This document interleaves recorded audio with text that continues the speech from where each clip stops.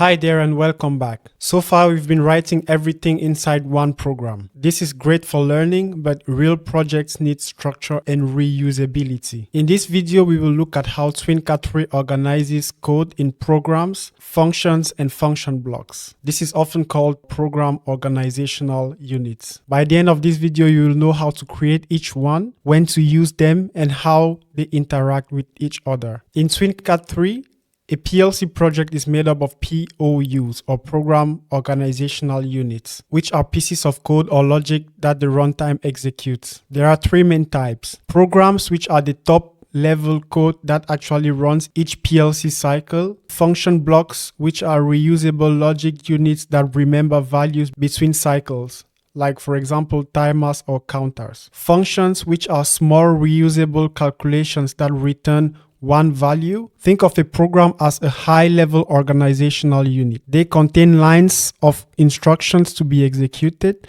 and might also contain one or more functions as well as function blocks instances. Programs are generally associated with tasks and need a specific time to be completely executed, which is respectively the time during which it executes the individual components of the task or program. There are, however, some situations whereby some tasks have to be executed much faster, in which case it is possible to create other programs which run with a faster cycle time. Functions are used for simple operations that return a single value. They don't retain any memory between cycles. For example, we could have a function that would add two numbers, and the function could take as parameter or the input numbers number 1 and number 2.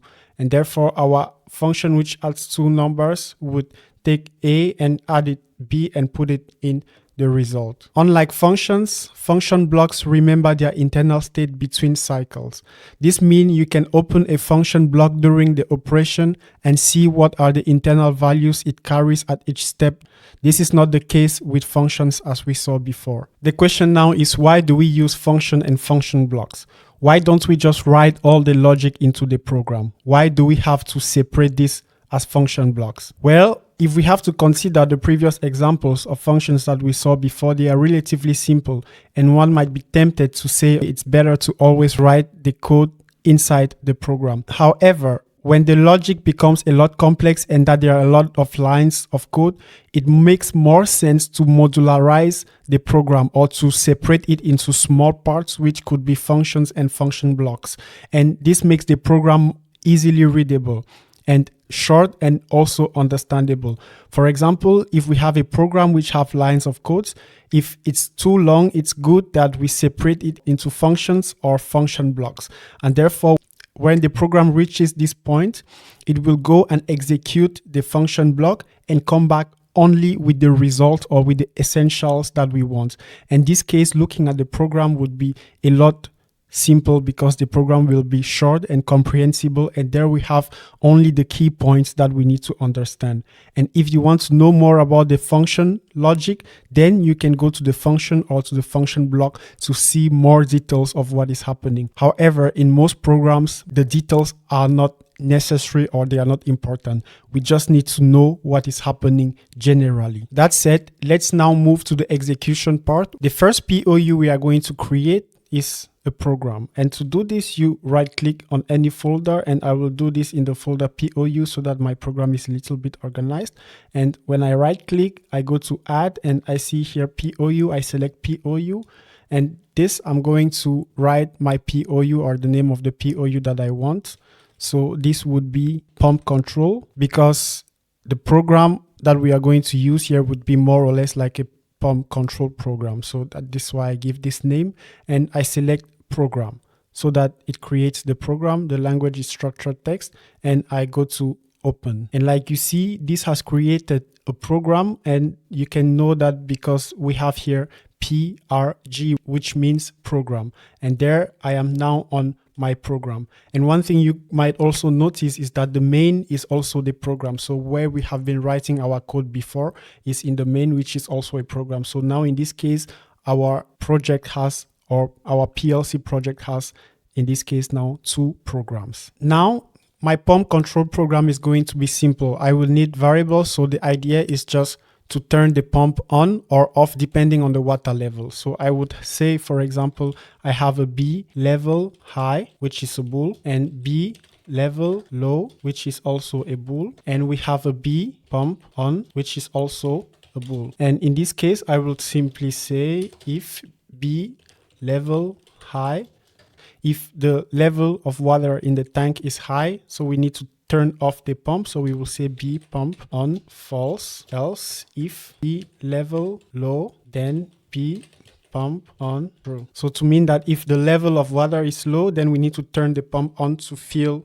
the tank. So this is the logic of my program. And this program could represent a simple water tank controller. And right now, it won't run until we call this program somewhere. TwinCAT lets you choose which program to run in your task configuration.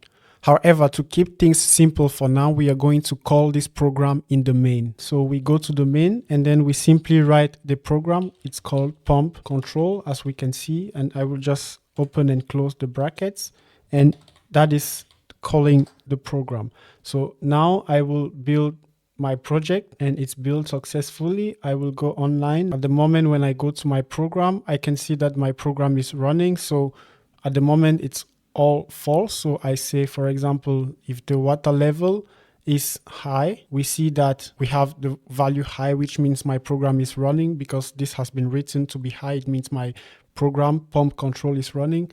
And now when it's high, the pump is off. So it means we don't have to fill the tank. So we turn off the pump.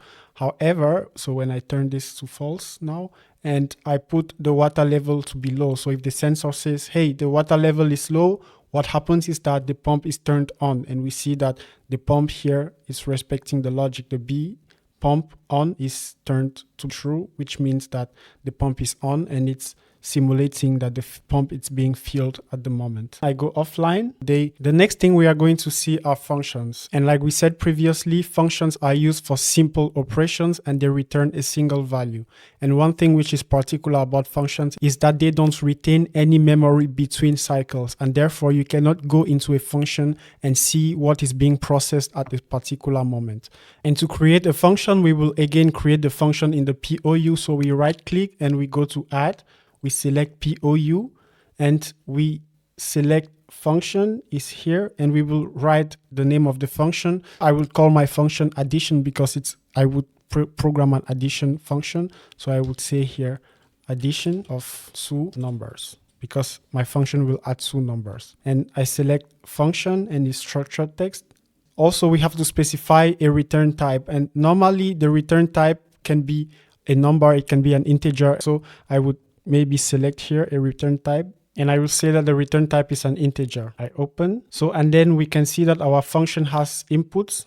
And for example, here I can have the function, the input n number a, for example, which would be an int, and n number b, which would also be an int. And here, these are inputs. I can now say that in the body of my function, I would say addition of two numbers. Here I would put n number a plus n number b. And as you can see in functions, we have to return exactly the name of the function. So when I add my two numbers, the final value that I want to take away as the result, I have to put it in the name of the function. So I will go to the main, and here I will call the function addition of two numbers, and I will give it parameters because like we see, I declare these inputs A and B, so this would expect two numbers, which are two integers. So when I am calling my function in the main, I can say, for example, that I need first, which I would call result, and this would be an integer. Let's say result, because this is where I will put the result of my addition of two numbers. And now I can call the function and say addition of numbers, and I will open and close my brackets. And in the bracket, I will put, for example, 3. And when I put the comma, you see that it actually needs two inputs. So the second input is an integer. So I'll put 3. And this is the addition. So the addition is going to be processed. And what I want is I want to put the result in the end result. So I will copy this end result and paste here. And I will say the product or the result of this will come here. So I will build my simulation, build the solution to make sure there are no errors. And there are no errors, so I will start my program. Okay, I go online. Yes, now I start my program and we see that my function is running because at the moment it's adding the two numbers, 3 plus 5, it gives us the result 8. However, if I go to the function, like we said, we cannot see what is inside because it doesn't retain any memory between cycles. Finally, let's look at function blocks, which are one of the most important tools in structured text. Unlike functions, function blocks remember their internal states between cycles. To create a function block, you right click on the folder where you want to create, you go again to add, you select POU and you select function block. And in this case, I'm going to create a function block which would simulate a motor. So we would use the same procedure that we did some couple of videos backward, where we simulated a motor where you could press a start button or a stop button for the motor to start running or to stop. And therefore my function block would be a motor, and I would call my function block FB motor, and FB is just a naming convention to say, okay, this is a function block. And with this, I say open. And now we see that we have here my function block. So we have motor, and then in brackets, we have here FB to mean that it's a function block. And this is my function block here. It has some variables, inputs. So these are inputs variables. So if I need any input variable, I have to write to declare them here. If I need any output variables, I have to declare them here in this space. And these are variables. So these are variables which I can use in my function block, which are not inputs nor outputs. So this, I cannot call it outside. I just use it in the function block. For the logic, we would need some buttons. So I would need again the B start button, which would be, of course, a bool. And then we would need the B stop button, which would be a bool. And this would be to start or to stop the motor.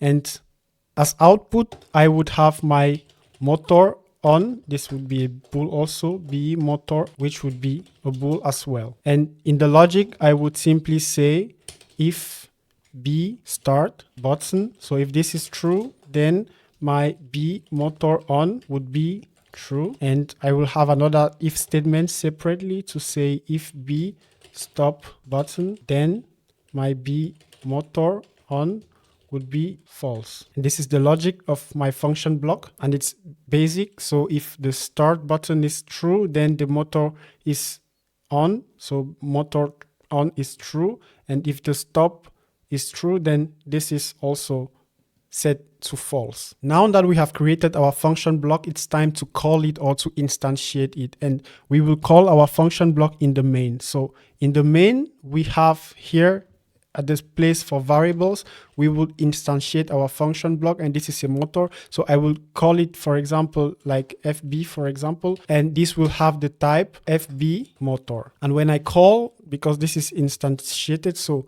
it means this is the object that I'm going to use here. So I will say FB motor.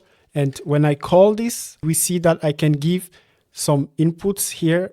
I can see directly that I can give the input B start button and also B stop button. So I will first call that B start button.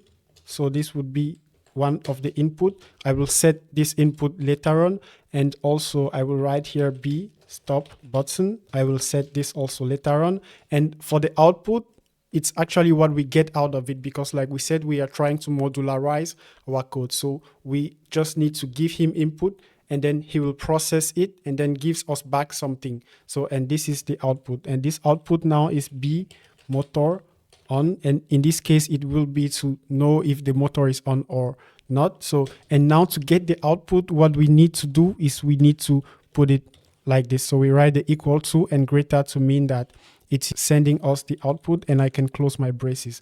And then I need variables, which I will give here. So let's say, for example, we will create here, which would be a bool, and B motor stop, which would also be a bool.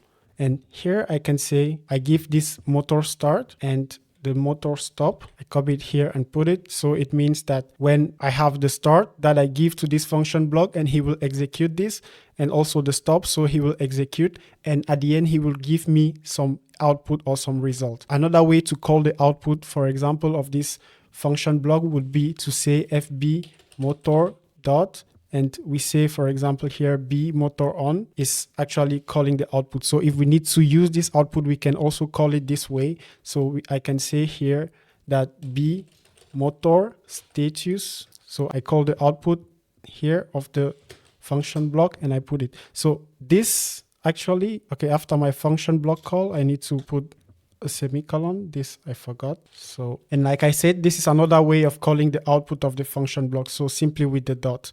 So here, this statement is exactly like this one because it's copying the result of the motor on to the motor status. So for that, I'm going to comment this because it's just a repetition. Just I put it here just so that you know. So I will build my project to make sure that there are no errors in the project. I'll check the output and the build is finished. So there are no errors. I go now online. Okay. So I go online also. Yes. And now I start my project and we see that our FB motor, everything is false, or the B motor on is false. I will start the motor by clicking here on the start because this is what we have. So I will select this value of start to put the motor start, to put it to be true, and we see the results. So now we see that the results of the motor status is true because the function has taken this element as input, it has processed it, the function block has processed it, and then it brought the value out to the B status. So I will put this, and then now I can stop my motor by writing B motor stop. We see that the B motor stop is taken and processed, and then it gives us an output here, and now the motor status is simply false at the moment to mean that the motor is not running. So I will now stop the simulation. I go to config mode. Another thing about function blocks that I would like to mention is the fact that we can have many instances of function blocks. So we can reuse this function block logic again and again if we have other motors. For example, I can have another motor which could be FB conveyor motor. I will give input parameters. So let's say I just copy this. But now we see that it has inputs and also outputs. However, we can always use different values here for this second motor. And this means that we can start this second motor independently of the first motor, although they are using the same logic. And that's a very powerful point in function blocks. And when I go online, like we said, that the function blocks, they keep their values between cycles. So if I go to online mode, I can always check in the function block either by coming here and looking at the function block. I can see the different states of every variable in the function block, for example, FB conveyor motor. And also I can see the different states when I click here for the FB motor. And one thing you could do is also double click on the motor, and there you select or choose the instance that you want to select, because at the moment we have two motors or two instances of this function block. So when I click on the function block, it tells me, okay, in which of these instances do you want to open or to view? So if I select, for example, the FB motor, it brings me to the FB motor where I see exactly what the present status of the motor is, because it keeps the values between cycles, unlike functions like we saw before. So if I run the simulation, for example, I go to my main and I turn the start of the motor to true like this. So when I go to the function block, we see that this is true for the first function block, which is in this case, the FB motor, it's true. However, if I go to the other instance, FB conveyor, we see that it is false. So they are working independently. And this is how we can control our systems and also our objects independently using the same program and the same code. And this is very powerful. Now, a brief summary. In this video, we talked about programs, functions, and function blocks. Program executes cyclically as part of your PLC scan. Functions perform calculations and return just one value without any memory, while function blocks are reusable code with memory, and this is ideal for machine modules. And altogether, these program organizational units form the backbone of every TwinCAT project. So now you know how to organize your code into program, functions, and function blocks, the real structure behind professional PLC software. In our next video, we will see how to run and debug our code, monitor values, and use TwinCAT online tools to test logic safely in simulation mode. You will find in the video description a link to download this program if you would like to test it also from your side. Thank you very much for watching, and see you in the next one.